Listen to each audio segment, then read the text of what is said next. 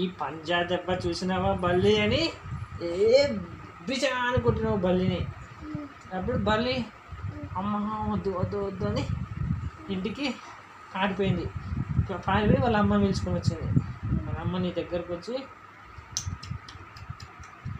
అని వచ్చింది. అరిస్తే నువ్వు ఉండి మళ్ళీ ఏమన్నా తెలుసా,